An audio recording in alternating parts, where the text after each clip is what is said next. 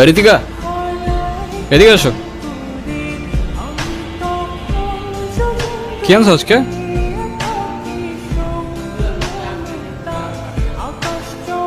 এই প্রতিদিন তো পিঠা খাইতে ভালো লাগে না, তোর ভালো লাগে? না ভাই। শোনো, তোমার মাকে বলবা আলুর পরোটা বানাই দিতে, ঠিক আছে? আচ্ছা। ঠিক আছে, যাও।